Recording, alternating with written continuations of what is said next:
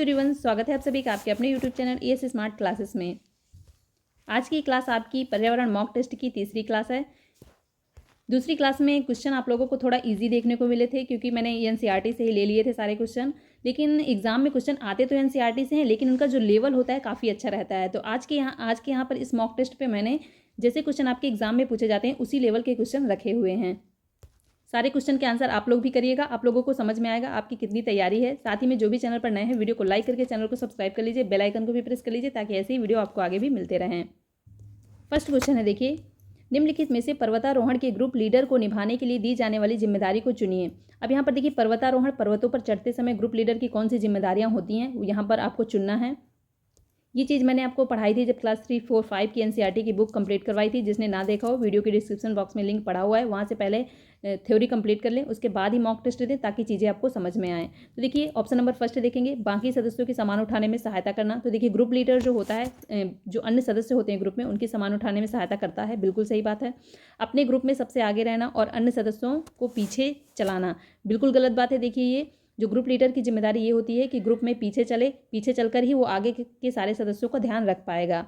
Next है विश्राम के लिए अच्छा स्थान ढूंढना और भोजन की व्यवस्था करना, ये भी सही बात है। जो उचित प्रकार से नहीं चढ़ सकते उन्हें रुकने के लिए कहना, तो देखिए ये भी गलत हो जाएगा क्योंकि ग्रुप लीडर की जिम्मेदारी होती है कि जो नहीं चढ़ पा रहे हैं उनको थोड़ा सा विश्राम भले करवा दे लेकिन उन्हें अपने साथ ले जाए, उनकी मदद करे, ऐसा नहीं कि उनको पीछे छोड़ दे। तो ये भी देखिए आपका गलत हो जाएगा।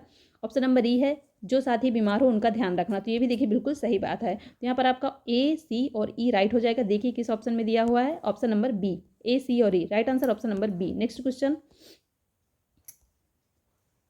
कक्षा 5 की पाठ्य पुस्तक में गोलकुंडा के किले का मानचित्र छपा है। यहाँ पर देखिए टाइपिंग मिस्टेक है थोड़ा सा, लेकिन मैं पढ़ते जा रही हूँ तो आप लोगों को कन्फ्यूजन नहीं होगा। कक्षा 5 की बात की जा रही है, गोलकुंडा किला मैंने आपको पढ़ाया भी था। तो गोलकुंडा किले का मानचित्र छपा है। इस मानचित्र के निचले दाहिने भाग पर एक पैमाना दिया गया है जो नीचे दिए गए हैं। पैमाना 1 सेंटीमीटर बराबर 110 मीटर। मैंने आपको बताया था कि ऐसा क्वेश्चन आपका एग्जाम में ज़रूर पूछा जाएगा। यहाँ पर देखिए 1 सेंटीमीटर बराबर 110 मीटर है।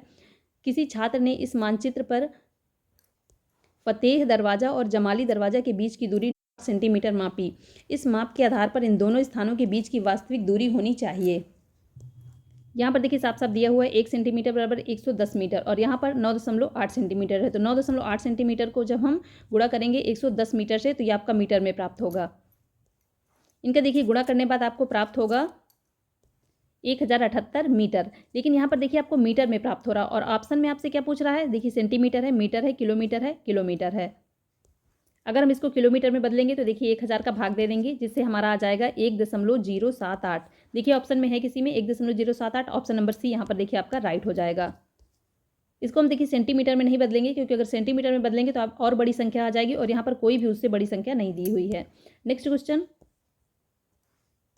इसका देखिए PDF भी मैं अपने व्हाट्सएप टेलीग्राम ग्रुप में शेयर कर दूंगी। जो ज्वाइन करना चाहते हो वीडियो के डिस्क्रिप्शन बॉक्स में लिंक पड़ा हुआ है, वहाँ से वो ज्वाइन हो सकते हैं। वहाँ पर आपको सारे PDF, मेरी सभी क्लास के सारे PDF आपको वहाँ पर मिल जाएंगे। ये SST, साइंस, NCERT की सभी क्लासें स्टार्ट हैं। नेक्स्ट क्वेश्चन देखते हैं, निम्नलिखित में से सही कथन चुनिए। गोवा और पुदुचेरी दोनों अरब सागर के तट पर हैं। अब देखिए अरब सागर और बंगाल की खाड़ी से क्वेश्चन है, ये तो मैं आपको बता दूं, ये जो आपका भारत का निचला वाला हिस्सा होता है, इधर आपका अरब सागर होता है और इधर आपका बे ऑफ बंगाल, बंगाल की खाड़ी होता है। अब गोवा और पुदुचेरी आपके हैं कहाँ, तो देखिए गोवा आपका इधर है, पुदुचेरी आपका इधर है। तो यहाँ पर कह रहा है गोवा और पुदुचेरी दोनों बंगाल की खाड़ी की तरफ है, मतलब इधर है। तो देखिए गलत बात हो जाएगी क्योंकि गोवा आपका अरब सागर की तरफ है।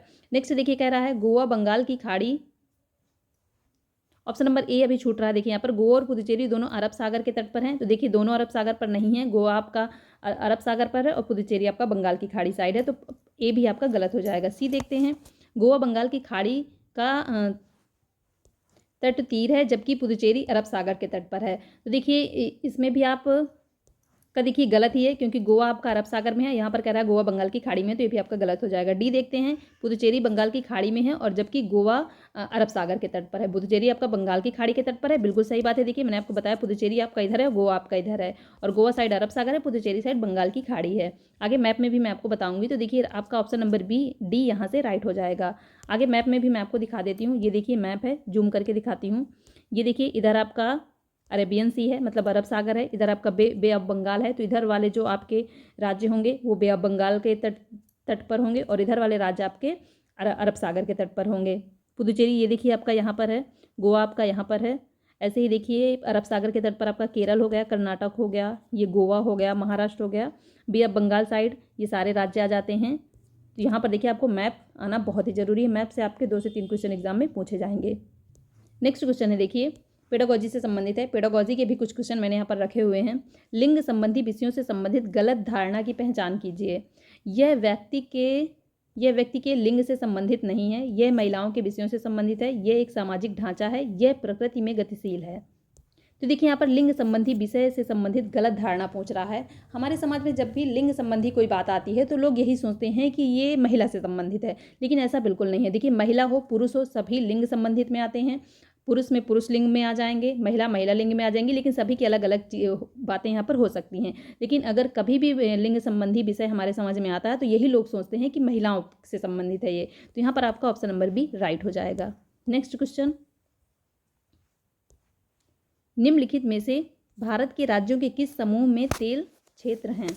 असम, गुजरात, महाराष्ट्र, आंध्र प्रदेश, उत्तर प्रदेश, गुजरात, महाराष्ट्र, आंध्र प्रदेश, अरुणाचल प्रदेश, उत्तर प्रदेश, गुजरात, असम, तमिलनाडु, गुजरात, महाराष्ट्र। तो देखिए जब ये तेल क्षेत्र की बात आती है तो तटीय क्षेत्र याद रखिएगा कि जो तटीय क्षेत्र होते हैं तेल क्षेत्र वहीं पर पाए जाते हैं। तो यहाँ पर देखिए असम, गुजरात, महाराष्ट्र, आंध्र प्रदेश ये सभी आपके तटीय क्षेत्र हैं। तो ऑप्शन नंबर इसका राइट हो जाएगा, ज़्यादा इंपॉर्टेंट नहीं है ये। नेक्स्ट क्वेश्चन देखेंगे, घरों के विषय में निम्नलिखित कथनों वर्णों पर विचार कीजिए।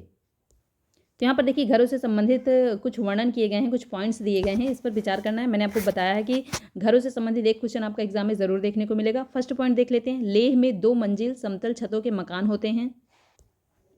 निचली मंजिल पर जानवरों और आवश्यक वस्तुओं को रखा जाता है। तो मैंने आपको बताया था कि लेह में जो मकान होते हैं समतल छतों के होते हैं।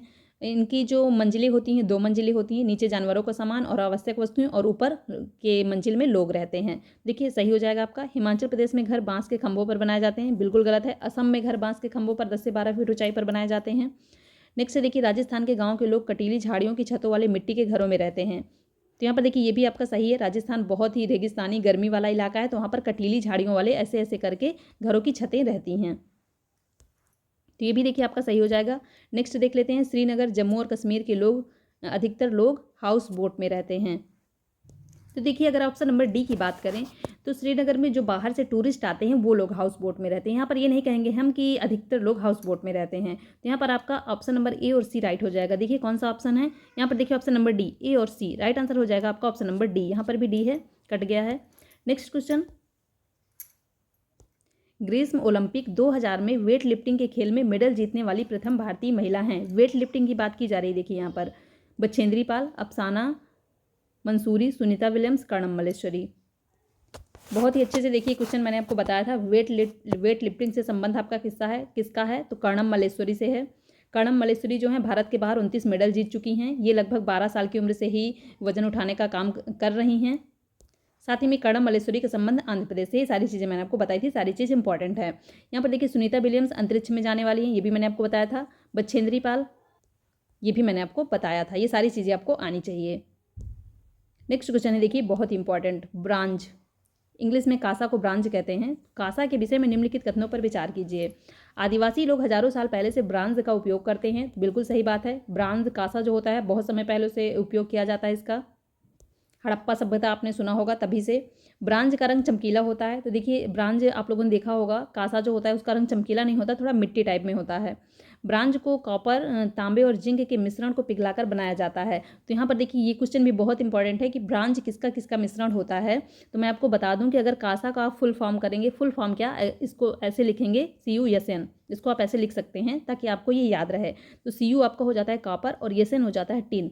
तो यहाँ पर आपको याद रखना है कि कासा को हम ऐसे लिख लेंगे जिससे ये हमें याद हो जाएगा कि कॉपर प्लस टिन, कासा जो होता है आपका कॉपर प्लस टिन का मिश्रण होता है। और यहाँ पर कहा गया है कि कॉपर, तांबा और जिंक का मिश्रण होता है, जो कि गलत है। बी भी आपका गलत था, ऑप्शन नंबर ए राइट था। डी देख लेते हैं, ब्रांज को बनाने में उपयोग किए जाने वाले तत्व धातु गहरी खानों से प्राप्त किए जाते हैं। तो देखिए ब्रांज जो बनाया जाता है, जो धातुएं होती हैं गहरी खानों से प्राप्त की जाती हैं, ये भी बिल्कुल सही है। तो यहाँ पर आपका ऑप्शन नंबर ए और डी राइट हो जाएगा। देखिए किस ऑप्शन में है, option number C right answer हो जाएगा आपका। नेक्स्ट क्वेश्चन, परिवार के संदर्भ में निम्नलिखित में से कौन सा कथन सत्य है। एक, परिवार में केवल रक्त संबंधित व्यक्ति हो सकते हैं, मतलब जिनका रक्त संबंध खून का रिश्ता होता है वही हो सकते हैं। दत्तक बच्चों को परिवार का सदस्य नहीं कहा जा सकता। दत्तक बच्चा मतलब एडॉप्टेड बच्चा जो हो गया, जो एडॉप्ट किया हुआ हो। नेक्स्ट देखिए, केवल एक अभिभावक के एक साथ रहने वाले बच्चे परिवार नहीं कहे जा सकते। एक आदर्श परिवार का विभिन्न व्यक्तियों के लिए भिन्न अर्थ हो सकता है। तो देखिए यहाँ पर पूछ रहा है कि परिवार के संदर्भ में निम्नलिखित में से कौन सा कथन सत्य है। तो यहाँ पर मैं आपको बता दूं कि ऑप्शन, पेडागोजी वाले क्वेश्चन में होता क्या है कि ऑप्शन तो आपको कई सारे सही लगते हैं, लेकिन हमको एकदम से सही वाला ढूंढना होता है। तो राइट आंसर देखिए आपका यहाँ पर होगा ऑप्शन नंबर डी। आदर्श परिवार का जो विभिन्न व्यक्ति हैं विभिन्न अर्थ निकाल सकते हैं। जैसे कुछ लोग मानते हैं कि एकल परिवार अच्छा होता है जिसमें माता पिता बच्चे हों, कुछ लोग मानते हैं कि संयुक्त परिवार अच्छा होता है जिसमें दादा दादी माता पिता उनके सभी बच्चे हों। तो सबकी अलग अलग मान्यता है, अलग अलग इसकी परिभाषा लोग मानते हैं। तो right answer option number D के साथ चला जाएगा। नेक्स्ट क्वेश्चन, नए काम की तलाश में लोगों का मौसमी आवागमन कहलाता है। अब देखिए कई ऐसी जगह होती हैं जहां मौसम परिवर्तन के कारण लोग उस जगह पर उनको आवास नहीं मिल पाता है या उनको काम नहीं मिल पाता है, तो मौसमी परिवर्तन के कारण वो लोग इधर उधर जाते हैं, तो उसको क्या कहते हैं, विस्थापन, ऋतु प्रवास, अपरवास या खाना बदोशी। तो यहाँ पर देखिए मौसमी आवागमन के कारण हो रहा तो आपका हो जाएगा ऋतु प्रवास। विस्थापन आपका क्या होता है कि जब एक स्थान से किसी को हटाकर कोई दूसरी जगह भेज दिया जाए तो वो विस्थापन हो जाता है, लेकिन ये ऋतु प्रवास के कारण ऐसा करते हैं, मौसमी आवागमन इनका होता है। नेक्स्ट क्वेश्चन, निम्नलिखित पहेली को हल कीजिए। रंग सलेटी, पंजे गुलाबी, गुटरगू करता हूँ, दिन भर शोर मचाता हूँ, घरों में अपना घर बनाता हूँ, बोलो क्या कहलाता हूँ, इसका हल है। फाख्ता, कोयल, कबूतर, बसंत गौरी। तो देखिए स्लेटी रंग का है, गुटरगू करता है, आपका होता है कबूतर। Right answer option number C के साथ चला जाएगा। नेक्स्ट क्वेश्चन, मधुमक्खियों और उनके छत्तों के विषय में निम्नलिखित कथनों पर विचार कीजिए। मधुमक्खी बहुत इंपॉर्टेंट है। देखिए किसी शहद के छत्ते में केवल कुछ ही नर मधुमक्खियाँ होती हैं, सही बात है। नर मधुमक्खियों का ज़्यादा रोल नहीं होता है छत्ते में, कुछ नर मधुमक्खियाँ लेकिन होती हैं। किसी छत्ते में केवल एक रानी मक्खी होती है जो अंडे देती है। तो देखिए किसी छत्ते में एक ही रानी मक्खी हो सकती है और वो अंडे देने का काम करती है, ये भी आपका सही है। नेक्स्ट देखिए, छत्ते बनाने के लिए नर मधुमक्खियाँ बहुत ही महत्वपूर्ण होती हैं। तो मैंने अभी आपको ऊपर बताया कि नर मधुमक्खियों का कुछ ज़्यादा रोल नहीं होता, तो ये गलत हो जाएगा आपका।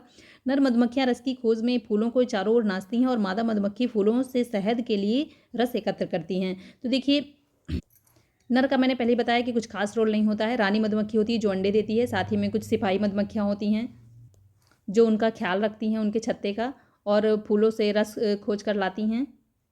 समूह में ये सभी कार्य करती हैं। तो यहाँ पर देखिए ऐसा हम नहीं कह सकते कि नर मधुमक्खियाँ ये सब करती हैं, तो ये भी आपका गलत हो जाएगा। राइट आंसर ए और बी, ऑप्शन नंबर ए यहाँ पर देखिए आपका राइट हो जाएगा।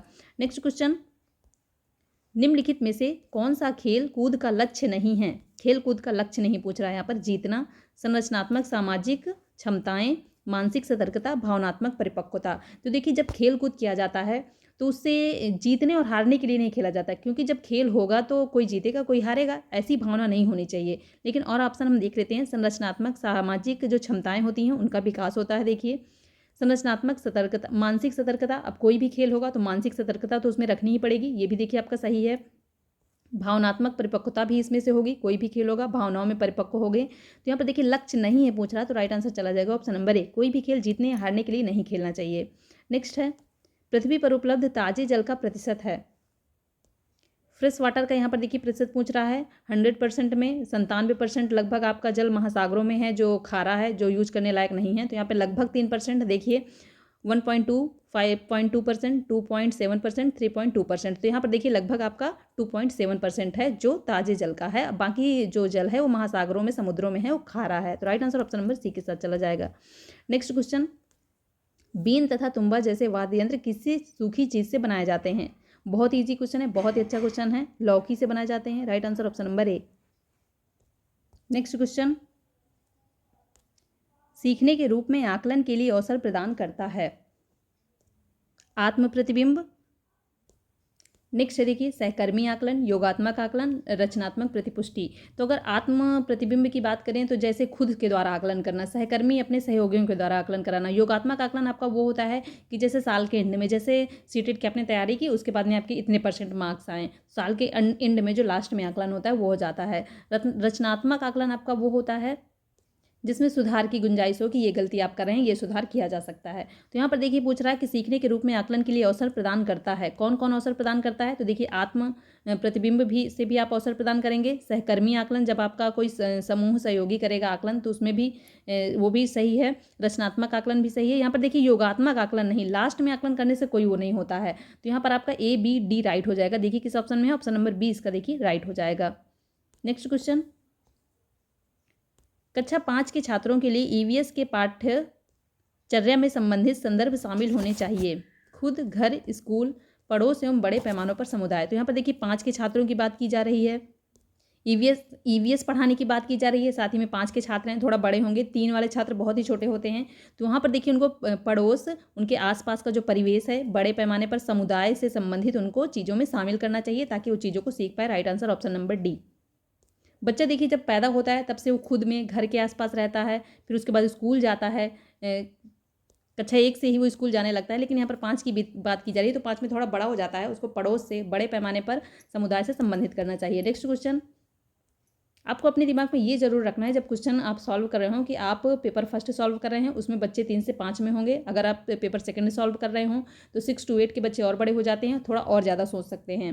नेक्स्ट है देखिए, एक आकलन उपकरण जो न केवल सर्वोत्तम बल्कि बच्चे के सभी प्रकार के कार्यों या समझ की अवधि में की गई गतिविधियों को एकत्र करता है वह है। बहुत इंपॉर्टेंट क्वेश्चन, बहुत बार एग्जाम में पूछा जा चुका है। पोर्टफोलियो, उपाख्यात्मक रिकॉर्ड, रूब्रिक, संचयी रिकॉर्ड। तो देखिए बच्चे से संबंधित जो सभी प्रकार के कार्यों में समय अवधि में की गई गतिविधियों को एकत्र करता है वो होता है portfolio. Right answer option number A हो जाएगा। नेक्स्ट क्वेश्चन, ईवीएस को एक एकीकृत विषय के रूप में देखा जाता है क्योंकि यह विज्ञान, सामाजिक विज्ञान और पर्यावरण शिक्षा से अंतर्दृष्टि प्राप्त करता है। देखिए बिल्कुल सही बात है। पर्यावरण जो है इसमें विज्ञान भी, सामाजिक विज्ञान भी, सबको इसी में समाहित किया गया है। कोई अलग से विषय नहीं होते 3 से 5 के लिए, ये पर्यावरण में ही ये सभी समाहित होते हैं। तो बिल्कुल सही बात है। इसमें ईवीएस के अध्ययन में छात्रों, शिक्षकों और अभिभावकों को शामिल किया गया है। यह समुदाय को ईवीएस सीखने में एकीकृत करता है। यह गतिविधियों, प्रयोगों और चर्चाओं को ईवीएस की शिक्षा में एकीकृत करता है। तो यहाँ पर देखिए ऑप्शन आपको सभी सही लग रहे होंगे, लेकिन इसमें आपको चुनना है कौन सा सबसे ज़्यादा सही है। तो राइट आंसर आपका ऑप्शन नंबर ए हो जाएगा, क्योंकि जो ईवीएस का जो विषय होता है इसी में सब कुछ देखा जाता है। विज्ञान, सामाजिक विज्ञान और पर्यावरण, तीनों ही विषय इसमें समाहित होते हैं, याद रखिएगा। नेक्स्ट क्वेश्चन है, ईवीएस सीखने की प्रक्रिया में निम्नलिखित में से कौन सा सबसे प्रमुख माध्यम है? शिक्षक, छात्र, पर्यावरण, माता पिता। ईवीएस की बात की जा रही है देखिए यहाँ पर। तो ईवीएस सीखने की जो प्रक्रिया होगी वो होगी आपकी पर्यावरण में। पर्यावरण में बच्चे को लाइए, आसपास के जो पर्यावरण है वहाँ पर बच्चे को ले जाइए, वहाँ पर वो सबसे अच्छे से सीख पाएगा। तो सबसे अच्छा माध्यम पर्यावरण ही होगा। नेक्स्ट क्वेश्चन, प्राथमिक स्तर पर पर्यावरण अध्ययन ईवीएस शुरू करने के लिए सबसे उपयुक्त है। तो प्राथमिक स्तर पर पर्यावरण शुरू करने की यहाँ पर बात की जा रही है। तो देखिए ऑप्शन नंबर ए देखते हैं, ना केवल मानव अस्तित्व बल्कि पृथ्वी पर सभी जीवन रूपों सहित पर्यावरण के महत्व को समग्र रूप में समझाने के लिए सराहना करें। पर्यावरण के महत्व की सराहना करें। विभिन्न प्रदूषण समस्याओं को हल करने के लिए पर्यावरण का अध्ययन करें। पर्यावरण से संबंधित खोजपूर्ण गतिविधियों में बच्चों को सम्मिलित करें।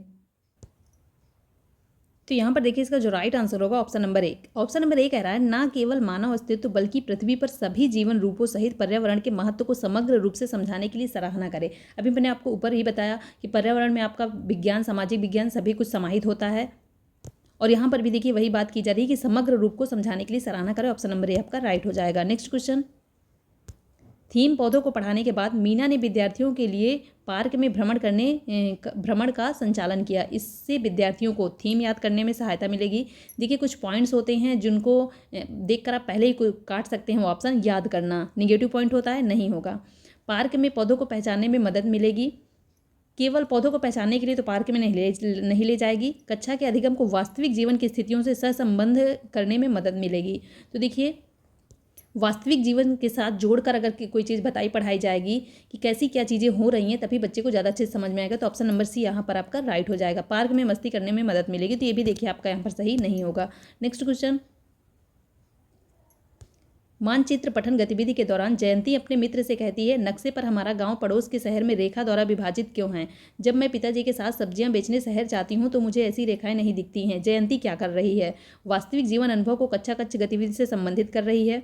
कक्षा कच्छ गतिविधि पर उच्च स्त्री चिंतन का प्रयोग कर रही है। तो यहाँ पर देखिए जब हम सोचेंगे तो आपको चारों ही ऑप्शन राइट लगेंगे, लेकिन यहाँ पर हमको यहीं पर तो देखिए दिक्कतें होती हैं कि जब आप आंसर सही नहीं कर पाते हैं। दो ऑप्शन सभी में दिए हुए हैं, चारों ऑप्शन आप राइट नहीं कर सकते। अब यहाँ पर आपको सबसे सही वाला निकालना है। तो देखिए जयंती जो है वो देख कर अपने अनुभवों को कच्चा कच गतिविधि में संबंधित कर रही है। तो देखिए ये ऐसा नहीं है, क्योंकि ये जो जयंती जो है देख तो रही है, साथ ही में ये यहाँ पर देखिए उच्च स्तरीय चिंतन का प्रयोग कर रही है। तो राइट आंसर आपका बी हो जाएगा। नेक्स्ट देखिए अपने परिवेश के प्रति स्वाभाविक जिज्ञासा की अभिव्यक्ति, अवलोकन कर चिंतन कर तर्क का प्रयोग करना। तो देखिए जयंती जो है, जो उसने देखा उसने मान तो नहीं लिया, बल्कि वो चिंतन कर रही है, तर्क कर रही है कि ऐसा क्यों नहीं है, जब मैं शहर जाती हूँ तो मुझे क्यों नहीं दिखता। तो ऑप्शन नंबर डी भी आपका यहाँ पर राइट हो जाएगा। तो यहाँ पर देखिए आपका ऑप्शन नंबर बी और डी दोनों ही राइट हो जाएंगे। राइट आंसर आपका बी और डी, ऑप्शन नंबर डी देखिए यहाँ पर बी और डी दोनों ही ऑप्शन इसमें दिए हुए हैं। नेक्स्ट क्वेश्चन, दुर्गा रानी से कहती है पूर्णिमा पर चांद माँ की बनाई हुई रोटी जैसा गोल होता है। कबीर कहता है नहीं, यह तेल में तली पूड़ी जैसा होता है। रणवीर कहता है नहीं, तुम दोनों गलत हो, यह तो मैंने आकाश में फुटबॉल उछाली है।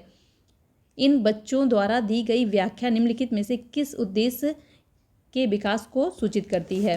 संज्ञानात्मक, भावात्मक, मनोप्रेरणा या संवेगात्मक। तो देखिए यहाँ पर सभी अलग अलग बच्चे, पूर्णिमा कह रही है कि चांद जैसी होती है रोटी, चांद होता है रोटी जैसे गोल, और कबीर कह रहा है कि तेल में बनी पूड़ी जैसा गोल चांद होता है, और रणबीर कह रहा है कि नहीं, तुम दोनों गलत हो, ये तो मैंने आकाश में फुटबॉल उछाली है। मतलब आप दोनों ही गलत हो। तो यहाँ पर देखिए जो विकास हो रहा है संज्ञानात्मक विकास हो रहा है। Right answer option number A के साथ चला जाएगा। नेक्स्ट क्वेश्चन, पर्यावरण अध्ययन की प्रकृति को निम्नलिखित में से कौन सा पद सबसे उपयुक्त रूप से परिभाषित करता है? स्थायी, एक दिशा विषयक, वस्तुनिष्ठ या अनुभवजन्य। तो देखिए इसका आंसर आप लोग आराम से कर सकते हैं कि पर्यावरण अध्ययन की प्रकृति को आप कब अच्छे से परिभाषित करें। आप खुद से सोचिए, किसी भी पर्यावरण में आपको जाना, किसी भी पर्यावरण की प्रकृति को आपको परिभाषित करना है, तो जब आप उसको खुद से देखेंगे, खुद के अनुभव प्राप्त करेंगे, तब आप उसको अच्छी तरह से परिभाषित कर पाएंगे। तो right answer option number D के साथ चला जाएगा।